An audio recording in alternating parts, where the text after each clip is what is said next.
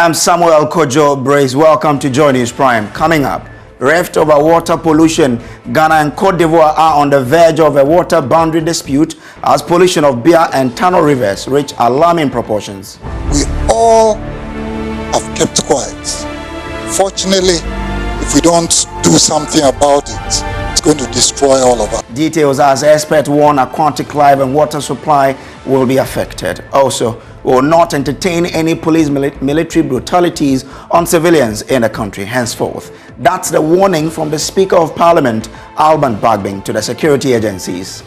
Strong notice to not only the military, but all security agencies that we will no longer entertain any brutalities to any civilian or any person in this country. Police in Upper West Region arrest 3 persons who allegedly instigated and took part in the public flogging of 2 lovers in a viral sex video. 2, 3, 4, 5, 6, 7, 8. Details as the Ghana Bar Association and various human rights groups condemn what they describe as barbaric and demand that perpetrators are made to face the full rigors of the law. But now they are attacking them. And on Joy Clean Ghana campaign, confusion rocks a planned sanitation re-inspection exercise at the Kaneshie market after vendors refused to undergo a mandatory health certification. AMA sanitation officials vowed to evict all food vendors without a health certificate. But now they are attacking us. They are not ready to do anything. So when they are not ready to do anything, we are going to enforce the law. And I swear that I'll bring court an injunction to this meat shop. I'll put an injunction here and nobody will sell meat here. Now, the Water Resources Commission has warned that illegal mining induced pollution of the Bia and Tano rivers are assuming alarming proportions similar to levels that triggered outrage from neighboring Cote d'Ivoire in 2017. Executive Secretary of the Commission, Ben Ampoma, says data available indicate disturbing turbidity levels of the 2 water bodies. Stakeholders at a 2-day transformational dialogue organized by the University of Energy and Natural Resources in Sunyani have called for action by the government. Rastos Asare Donko reports.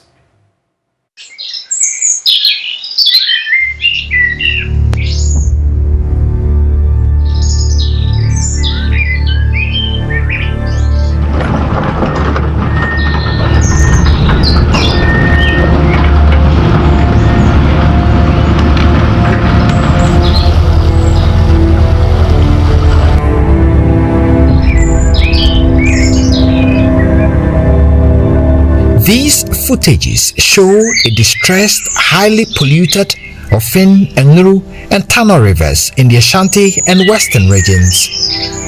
The images drew sharp reactions from MP for Ahafano Southeast, Francis Menu Adabo, representative of the Bono Traditional Council, Nana Kofi Bediako, the Bono Regional Minister, Justina Owusu Banahene, and technical advisor to the Lands Minister, Ben Ayi. When I see these things, I ask myself, who are behind this? Because we try to fight this cancer and it keeps going up. I can't buy excavator, but the ministers and the MPs, you can do that. So we are saying, the implication of these artisan miners, and as we saw from the documentary, whether they have permit or they don't have permit, they both have no mercy upon our forests and our water resources. The critical thing really is we all have kept quiet. Fortunately, if we don't do something about it, it's going to destroy all of us. The Water Resources Commission says Ghana is getting close to creating a rift with Cote d'Ivoire due to the increasing pollution of the Bia River, which flows through their treatment plants. 2017, our activities upstream with respect to mining polluted the river to the extent that they could not treat the water. So they had to shut down their water supply systems. And that created some, what we hear, upheavals in terms of protests from the communities. And if you look at the turbidity values of the beer, getting over to the thousands, which means that it has the potential to create that level of pollution where they may find it difficult to treat their waters. And it's our only hope that we can begin to, as it were, address the situation to prevent the situation where we may have that potential, transboundary conflicts. The two-day dialogue is expected to come out with a communique on fresh solutions in the efficient management of small-scale or artisanal mining in the country. Professor Elvis Asaribediako is Vice Chancellor of the University of Energy and Natural Resources, Sunyani.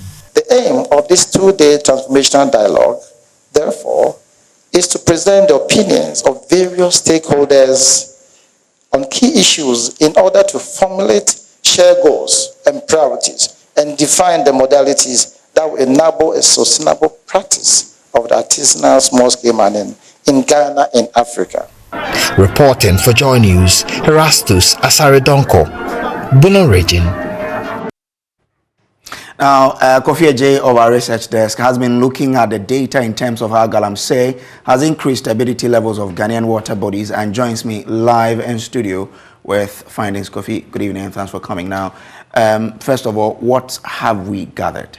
Right, Brace. So you remember in 2017 when the president said, he's willing to put his presidency on the line, actually to fight Galamsey. And if you should watch in terms of turbidity levels of our water bodies, just like I mentioned in the Tano River, somewhere in 2017 when Galamsey activities were high, we're recording as high as 8,000 turbidity levels. Now, the ordinary pipe-borne water we have in our homes is supposed to be between 1 to 5 NTUs, which is the level of turbidity. And so if you have water from our source being around 8,000 and 11,000 turbidity level, that means that it's really high. Means that, the water companies now would have to put in more chemicals to treat these water bodies. Now, I want to go to the touch screen and show you something briefly. So if you should look here, this is the, the Volta River. Now, I want you to pay particular attention to this. Look at how clear the river is. Okay, so you can see that this river body is not subject to any Galamsey activities, and so it's very clear and it's really neat. But if you should compare this to what we have, this is the Tano River, and if I should zoom in, you will see that the water is actually brownish. Oh, okay. It's not as probably white as you see in the Volta River, but it is brown in this case, and this is why experts and people are complaining about the high turbidity levels of these water, because if you are recording somewhere around 8,000 and 11,000 levels of turbidity, it requires that the Ghana Water Company would have to put in more chemicals when they are treating. So that is the Tano River. Exactly, and look at it.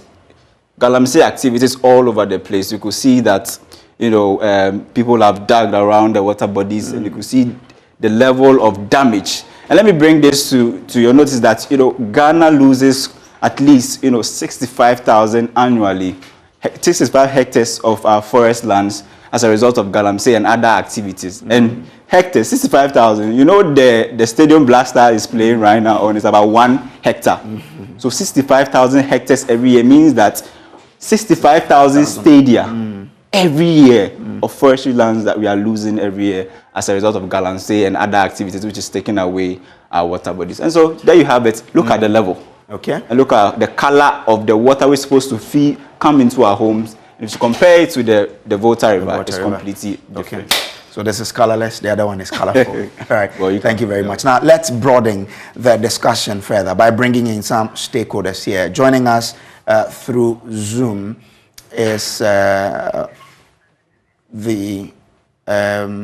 let's try and then talk about, but what you just saw us do there is the fact that the Volta River is clear, but the tunnel and the river body they're mentioning are all colored exactly. now. All right then. Exactly. So let me change it and just look at it. So brown versus the other color that we actually saw in the other picture. Okay. All right then. So that is fine there. Now let's see. Ben Ampuma is immediate past executive secretary of the Water Resources Commission. He is with us here. Uncle Ben, thank you very much for agreeing to speak to us. Where are we in terms of pollution of water bodies?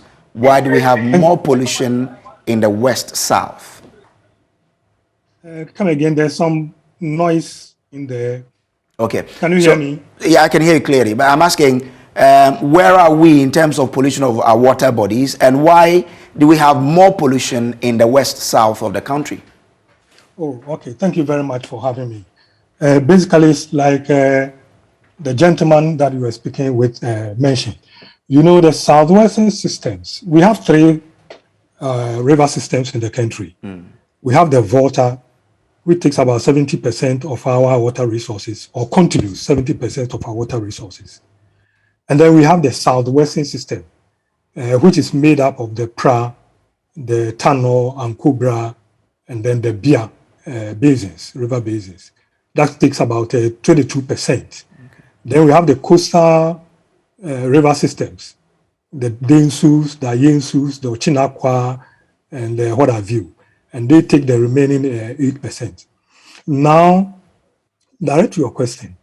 Now, the southwestern systems, or the southwestern system, is where we have most of the gold or minerals. So by extension, that is where there's a lot of mining, and of course we witness this level of illegal mining.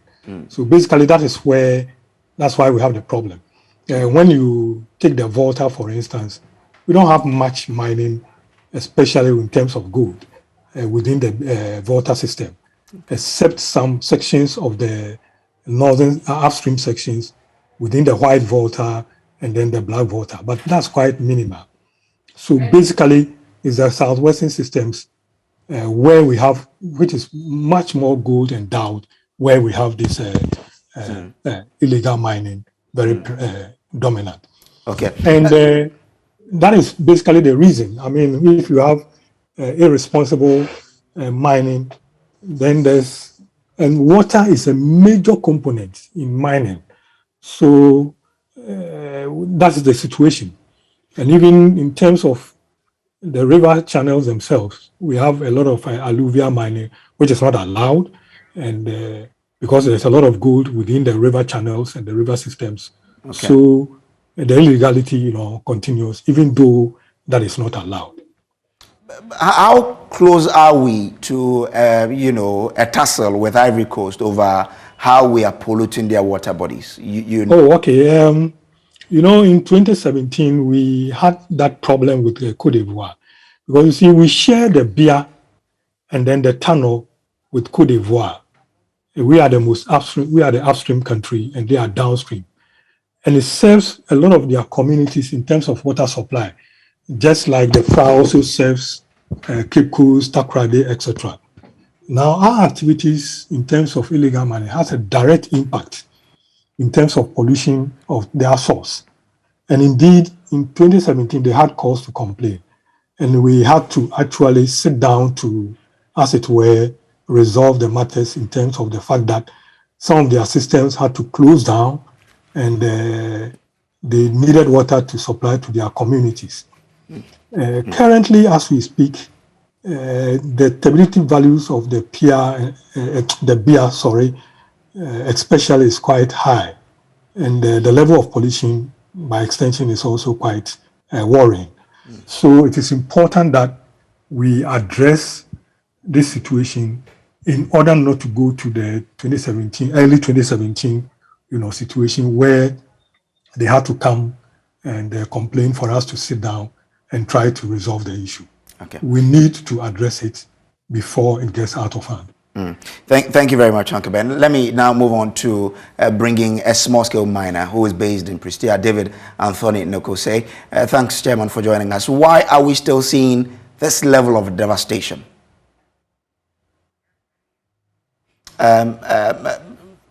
Can you unmute so we can hear what you're saying? Your microphone is mute. So can you unmute so that we can hear what you're telling us? I'm trying to find out from you, since you are on the field every day, why are we still seeing this level of devastation on our lands? Okay, all right. So we've lost him there. When we get him, we'll bring him back. We're still talking about how we are destroying our water bodies from illegal small-scale mining and how we can solve it. We're talking to stakeholders in this field to understand what must be done to change the course of where we are headed. There's pollution of Tano and Bia rivers, and Ghana and Cote d'Ivoire are on the verge of a water boundary dispute. Now, Dr. Abdul Wadud Momin, a senior lecturer and head of the Department of Sustainable Mineral Resource Development at the University of Energy and Natural Resources in Chiang. Doc, thanks for your time. What is really wrong with our fight against Galamsey? And thank you very much, Kojo, and good evening to all your audience and viewers out there in Ghana. And I bring you to you greetings from Bonn in Germany.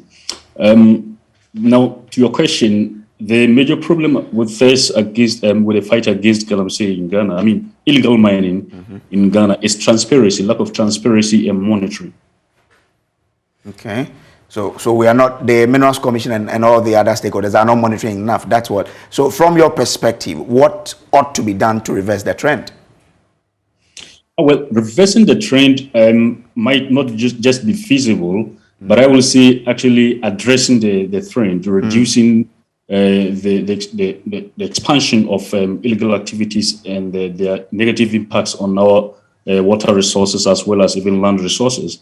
And so we actually need real-time monitoring, and real-time monitoring gives a certain level of transparency to the fight. For instance, if you followed our discussions at the two-day transformational dialogue we hosted last week, the university gave a proposal, and the proposal is that we actually need a real-time satellite monitoring of the country, especially the areas that we all know that are well endowed and also host most of these illegal mining activities. But first of all, I have to try to actually remove the misconception in many of the public misconception about small-scale mining in the country. We have small-scale miners and we also have illegal miners. And it is not all small-scale miners that are illegal miners, right? And if we have illegal miners, you know, everything that is done illegally is done in a haste, and anything that is done in a haste is not done properly. But if we have the small-scale mining sector actually formalized in mainstream under regulation, proper regulation, and then we are able actually to, our proposal, as I talked to you about, we tackle the proposal, the will and the bill. Okay. If we are willing to actually address the issues of small-scale mining in the country, let's get ready to settle the bills for actually proper governance and monitoring. And what does that mean? And we need to actually run space technologies that can actually enhance the monitoring feats of the small-scale mining activity, especially the illegal ones that pollute our water bodies. Not only the illegal ones. I give you a scenario. In the Bibiani area, a small-scale miner with a license, who possessed a license, was actually arrested for polluting a water body. That is just around the areas that Mr. Mpoma has actually told us about, and we are showing these areas. And this miner actually possesses a license and operates about 200 meters away from the main river body, and was actually polluting the river drainage, the main basin. And when he was arrested and stopped from operations, then he also gave a signal that, how about the one who is actually operating closer to about 50 meters away from the river and is illegally operating, and you are not arresting me, and I have a license and you are arresting me. So the security went closer, got to the side of the illegal operator, who was actually operating 50 meters away from the river, and he was actually not polluting the water. Okay. He was operating illegally, and yet his operations had no negative impact on the water. He was able to mine responsibly. So if we can actually cut the difference between these operators, then it is all about monitoring. And if we can monitor on a real-time basis, then everybody would be abreast with who mines, who who pollutes the water bodies? Is it small-scale miners or just illegal miners? Okay. Illegal miners not necessarily pollute water bodies. We have irresponsible miners who are not closely monitored on a daily basis. So we proposed as a university that leveraging on the fact that our capacity with the satellite receiver station that we have on our campus or university, which we call the Earth Observation Satellite System, we can provide on a daily basis and a weekly basis the level of contamination, even including the large-scale mining operators. Okay. I remember sometime. Okay. Doc, I'm grateful. I think you've brought in a lot of things we need to do to change that trend. Let me now bring in a small-scale miner who's based in Pristia, David Anthony Nokose. Thank you for your time, sir. I want to find out from you, because you are on the field every day, why are we still seeing this level of devastation? Okay, so let's move on to other stories. This is still the Joy News Prime. Let me take you up north, where police in the Upper West Regional Capital have arrested 3 persons who allegedly instigated and took part in the public flogging of 2 in a viral sex video. The suspect reportedly picked the 2 in the leaked video to the Warners Palace, where they were tied to a pole and beaten severely. Some angry youth of the region say the action of the 2 has tarnished the image of the Upper West region. The police are still searching for others seen in the video, maltreating the 2. So that is the latest on this. Now, various human rights groups and the Ghana Bar Association have released strongly worded statement to condemn the action of the youth. Maxwell Agbagba is on Zoom with details of the statement. Max, let's begin with that of the Ghana Bar Association. What's in there? Maxwell, can you unmute so we can hear what you're telling us? We want to understand what is in that statement. Yes, Max. Exactly. Yeah, it starts by describing what happened in the Upper West Regional Capital as dehumanizing and degrading. It goes ahead to quote aspects of the law that indicates that what the action of the people actually infringe on the rights of the victims. It continues to say that the flogging of the young persons is antiquated, backward, barbaric, and abominable, and the GBA condemns him in no uncertain terms. It says the GBA is therefore calling on the relevant security agencies to arrest all persons involved in the physical abuse of the 2 young persons, investigate the incident, and also ensure that the perpetrators are prosecuted in accordance of the law. And it concludes by saying that the GBA's Women and Minors' Rights Committee has been directed to take up this matter by closely monitoring and keeping tabs on the matter to help bring a favorable conclusion to what we witnessed in the Upper West region. But Maxwell, tell us more about the statement from NetRight. Well, for NetRight also, it's also a widespread, it's also a condemnation basically of what happened. They said that it infringes on the rights of the lady and then the gentleman that we saw in the video. NetRight is saying that as a people, we shouldn't make these things normal, because they are abnormal things that sometimes happen in our society, and it's bad and terrible for people to take the laws into their own hands and make themselves judges and of their own courts, and then exact justice in the manner like we saw. It says that the perpetrators of this crime and any that aided and abetted the criminal and non-constitutional act, no matter their status in the community, must be brought to justice. It continues to say that it behoves on us as the people, all people who hold allegiance to Ghana, to ensure that we in no way condone what has happened, not now, not later, not forever. Well, Amnesty International is demanding that the perpetrators are punished. Let's go on Zoom now and speak to the Campaign and Communications Coordinator, Belinda Asu-Mayua. Now, thanks for your time. What do you think accounts for the behavior of the perpetrators? Thank you very much, and good evening to your listeners and your viewers. In Ghana, maybe someone would say that the beliefs and the religion of the people accounted for that. But at Amnesty, we will also say that to some extent, ignorance of the law is also one reason which accounts for their behavior. And ignorance of the law, which is obviously no excuse for perpetrators to commit such crimes against citizens.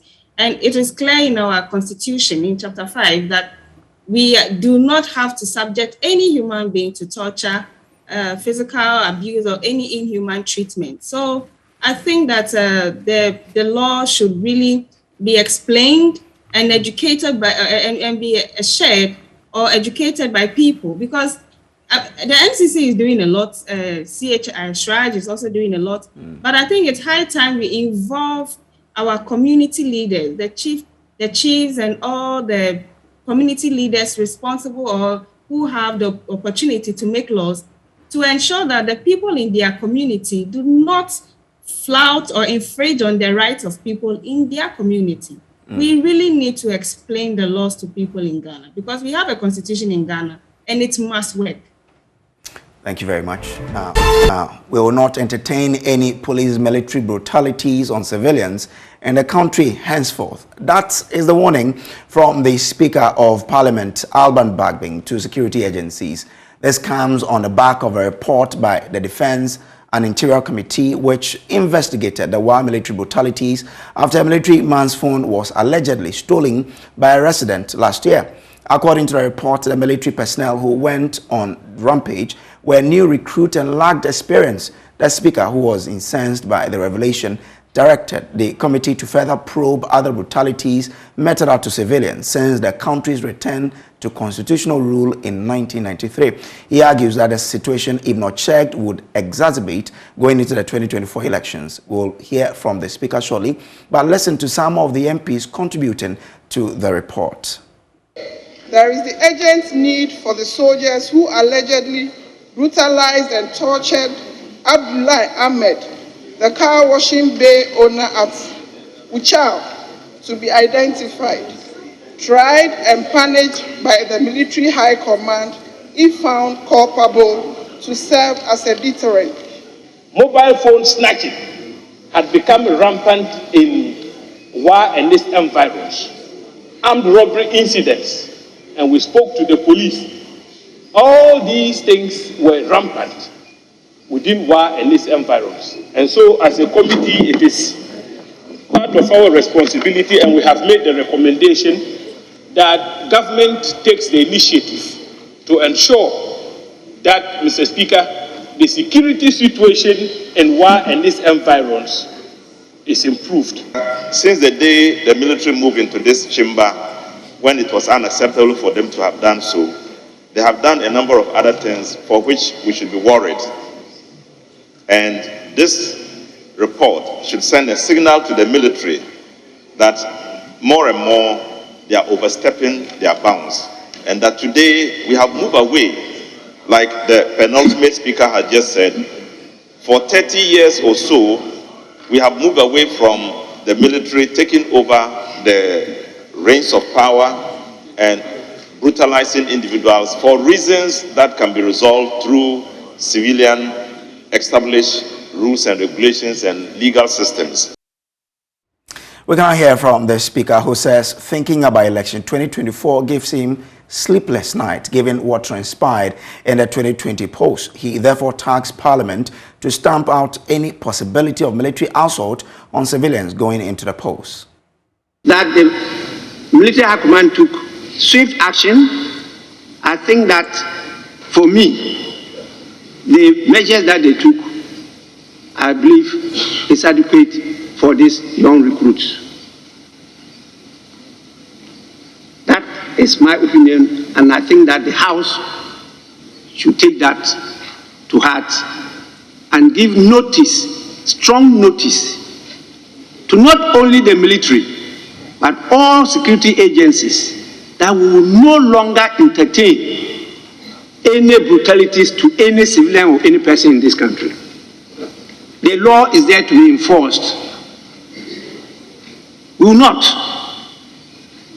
And I will further direct that the committee should go forward and take reports of all the commissions that have been set up by government to investigate all those cases and bring them to this House. We can't continue this way. We are getting to 2024 elections. And if we don't stamp out these things, please, I'll be having nightmares. Strong measures must be taken before we get to 2024, or else I don't know the outcome. We will no longer tolerate this. And Parliament is the center of this democracy in Ghana. The concept is very clear. The security agencies are agencies of the executive. When self-regulation fails, external regulation will take over. Now let's still stay in Parliament because Member of Parliament for Ketu South, Abla Jifa Gomashi, is upset about what she describes as the government's failure to begin construction of the Keta Sea Defense Project. The Works and Housing Minister, Senso Boakye, in answering a question on the floor, indicated that a more comprehensive feasibility study is now required before the start of the project. He added that his ministry is engaging the Finance Ministry for the release of funds for the study, but the response angered the Ketu South MP, who insisted the minister assured the House of Government's commitment to begin the construction of the project this month. Here are excerpts of what transpired on the floor of the House. Honorable Member for Ketu South, Mr. Speaker, and this House, that my ministry will not relent in our effort to enhance the resilience of our coastal communities to erosion and flooding. And I will update this House as we make further progress. You said, and perhaps you may want to call for the Hansard and also go on City FM Online and Peace FM Online and see exactly what you said in June. You said, with immediate effect, you will continue the phase 2 of the Sea Defense Project for the people of Adina, Agavaji, Salakopa, and Amuchinu.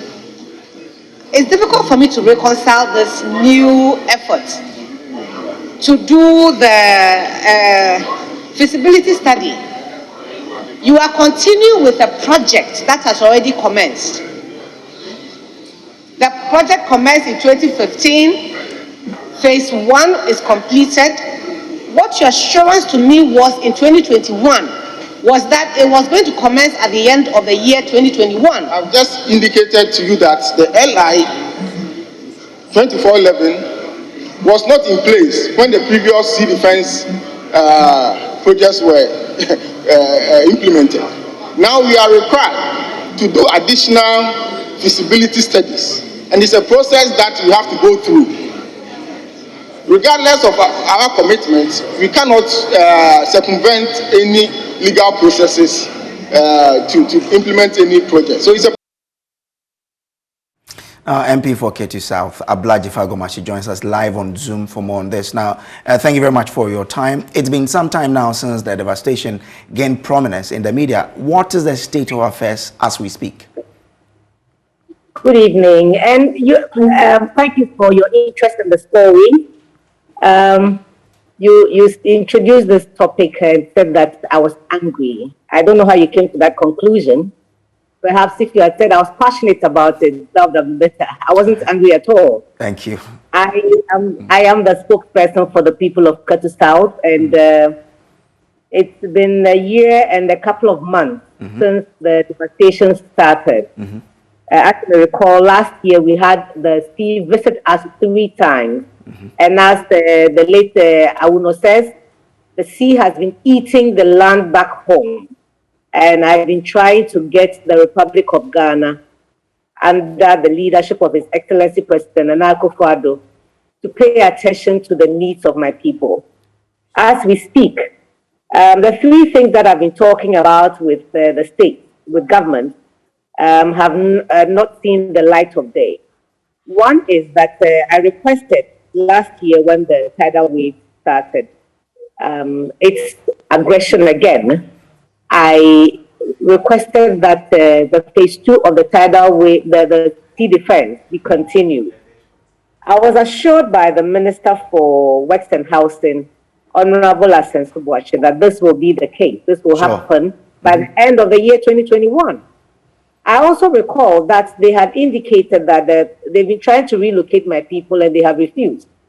And I said that I will speak to the people so we relocate once we are shown where we are being taken. So, Honorable, as you and I are having this chat, what is the situation in those areas? You are from there. You've been to the place.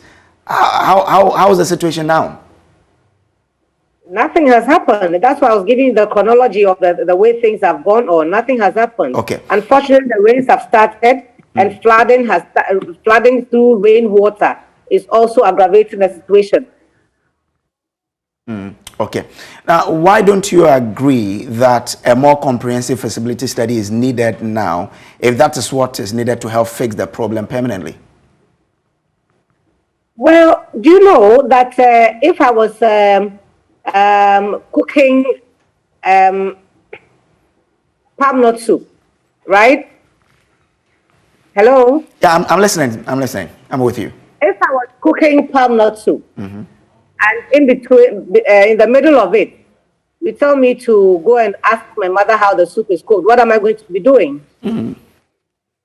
Right? So, on what was the minister making the promises last year? Was there no feasibility study when the project started? This is phase 2 of the project. It's not a new thing. It's not a new project. They are only continuing, isn't it? Yeah. So this new dimension is only coming up only because the leader of my side, Honorable Haruna Idrisu, requested or demanded that the budget that had been brought at the time by the Minister for Finance, Ken Ofori-Atta, considers the inclusion of the issue as it stood between Ketu South, Keta, and Anglo. And so now the Minister for Western Housing is latching on to that addition and insisting that it's part of what we were talking about before in 2021. And that's surprising. I'm finding it difficult to reconcile all the things that he said on the floor of Parliament, following me to the constituency, and now he's beginning to flip-flop and holding on to this introduction of the feasibility study of the whole coastal stretch of Ghana. I'm not sure that we are talking about the same thing.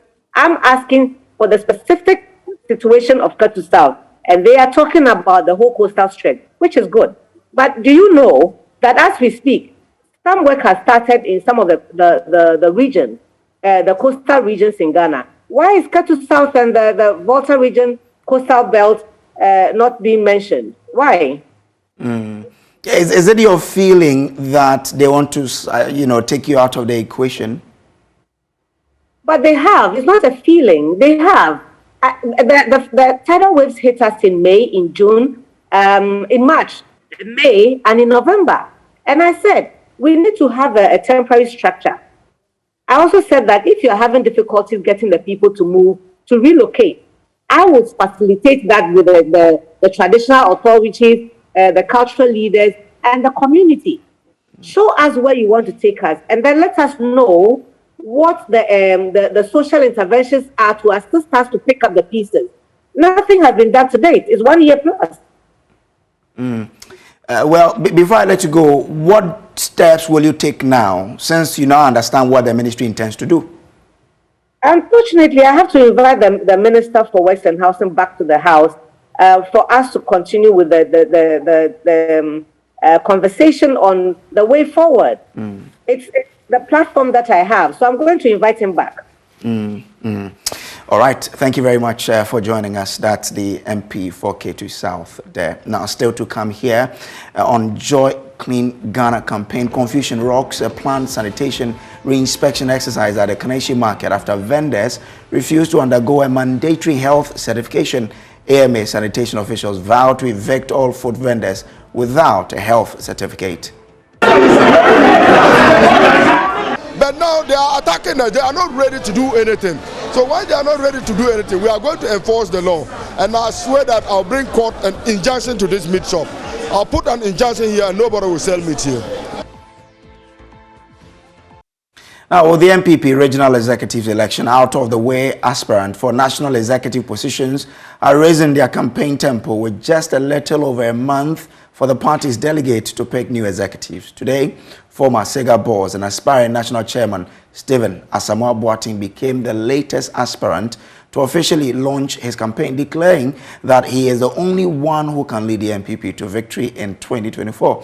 He argues his connection with the grassroots of the party and his ability to reach out to disgruntled members makes him the ideal person to chair the party. At the launch of his chairmanship campaign, Asamoah Boateng, fondly called Asabi, said he will ensure the empowerment of party faithful to play lead roles in future NPP governments.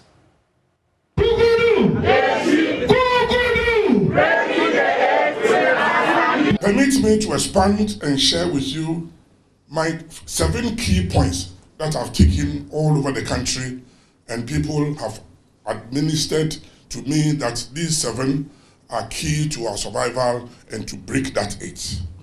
Number 1 is that I will work to restore the party unity and strengthen the relationship between the party members and our government. That's number 1. Unity has become an overused word by most people without backing it up with any track record. I have proven track record of pulling people together to achieve a common goal. I demonstrated this during my NUS days, that's the National Union of Ghana Students, against the ruling military dictatorship. And while we were in exile in the United Kingdom in Abidjan, I helped organize the young and the elderly to push for the referendum that ushered in the 1992 Constitution. As immediate Director General of SIGA, I provided the leadership that ensured that all CEOs worked together as a team. This resulted in the creation of a chamber of CEOs of all state entities. Now, Stephen Asamoah Boateng has become the second aspirant to officially launch his bid after incumbent General Secretary John Boadu drew some party bigwigs to his campaign launch yesterday. Top NPP personalities graced the occasion with some openly declaring support for John Boadu's re-election bid, including former Speaker of Parliament Mike Okwe, Chairman Wontumi Fredowari, and incumbent National Chairman Freddie Blay joined John Boadu, who is seeking to be retained as General Secretary of the NPP. According to John Boadu, delegate of the party must stick with him and ignore inexperienced persons who will derail the progress the party has made. Former Home MP Opare Ansah and YEA boss Justin Kodia are all seeking to oust him as party General Secretary, but John Boadu says he is tried and tested and will be the best interest of the party to re-elect him. And having laid a solid foundation in preparation towards 2024 general election, it is imperative for the party to allow those of us who have led this reorganization process and more to complete what we have successfully started and deliver the much needed victory in 2024. Certainly, this is not the time to bring in an entirely and relatively inexperienced team to lead the party in what promises to be one of the most difficult general elections to be contested by the party. As we seek to break the 8, which no political party has been able to do in the Fourth Republic. The party, by the end of these national elections, must come out with an excellent blend of the experienced hands, such as an experienced General Secretary, who has seen it all, to guide and assist any new chairman that will come, any new treasurer that will come, any new national organizer that will come, any new national women organizer that will come, any new national youth organizer that will come, and more importantly, with our national women's organizer, we will have the services of Antirita.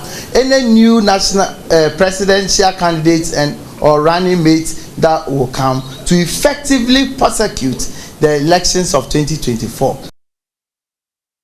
Newly elected chairman for the Ashanti region, Bernard Entry Bosiako, called an NPP delegate not to make a mistake and keep John Boadu as General Secretary. 2015, we are to Obama John Boadu say Obama organizer. That's almighty. Now, you see you 2016. Abra ya friend now was a crabba, no one ever bring your phone. Your friend only ever buy no bar neck. And National Council, we combine it. Or buy any catcher and say, you can hear my senior America, you know, the General Secretary, And the man was a me. Obisa except me. And he said, yes, whoa. Then the president told him, yes. And you, one more so move a penny in a year. Now, the attendant said, Mushasa, Yami, now I call IPAC. Now, be adding the contribution. Money in this side, that's a woman that side. Say a bomb person move by the Yanano. You will be better contributing our IPAC. John Guadu, our general secretary, or better contribute more. I see 1%.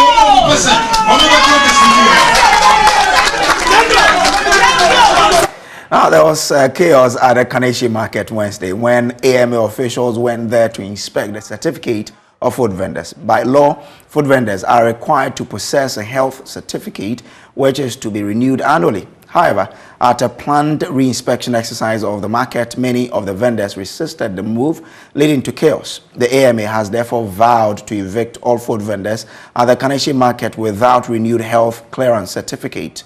Michael Ashale has more.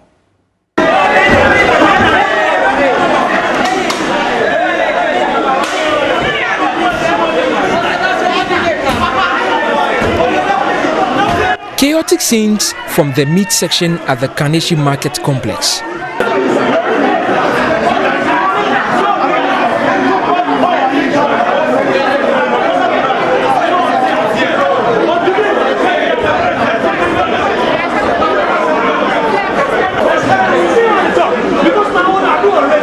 The vendors are resisting attempts from the AMA to renew their health certificates.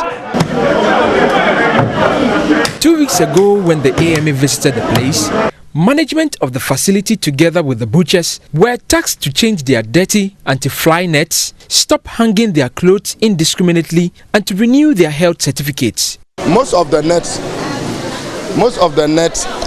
of the net, most of them were dirty. So those that were changeable, we asked them to change. Those that they could wash, we asked them to wash and tidy up the place. So it's like what we are seeing now, some of them have been changed and some have been washed. But what I'm seriously disappointed with is the order that they should not hang their used clothing on within the premises that they sell. That is what they are still doing. So I'll take a decision to that as we are going on. Okay. I want to meet the leadership.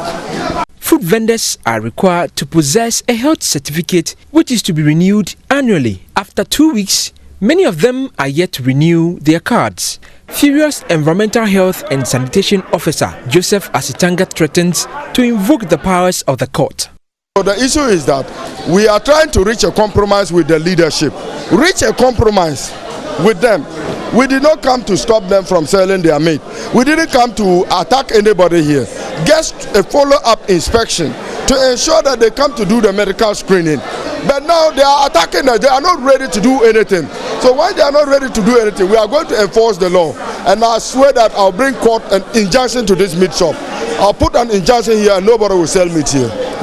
Mohammed Abdul Karim is the chair of the meat vendors. After hours of negotiating, he agrees to lead his men to renew their cards. We are ready to go and do it. Okay. You see, I'm holding my card here. I'm ready to go and do that renewal. There's no problem about that. All of us will do it.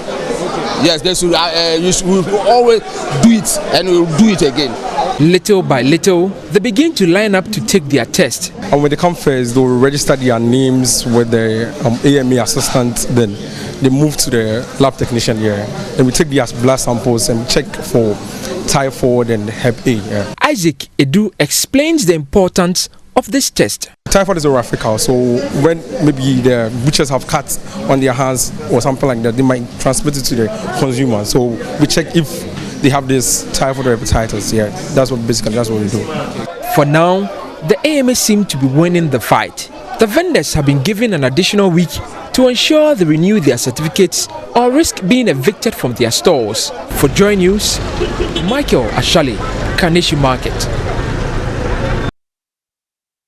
Well, and that's how we wrap up our bulletin for you today. There's more news at myjoyonline.com. My name is Samuel Brace.